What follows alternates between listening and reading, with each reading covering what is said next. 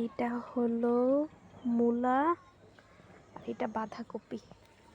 এখানে অনেকগুলা বাঁধাকপি গাছ, ওই যে।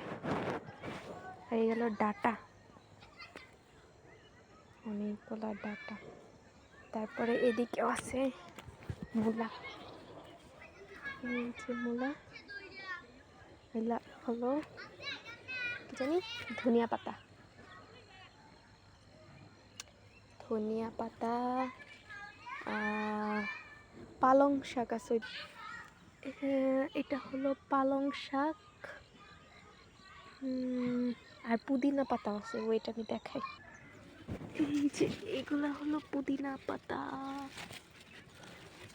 কই?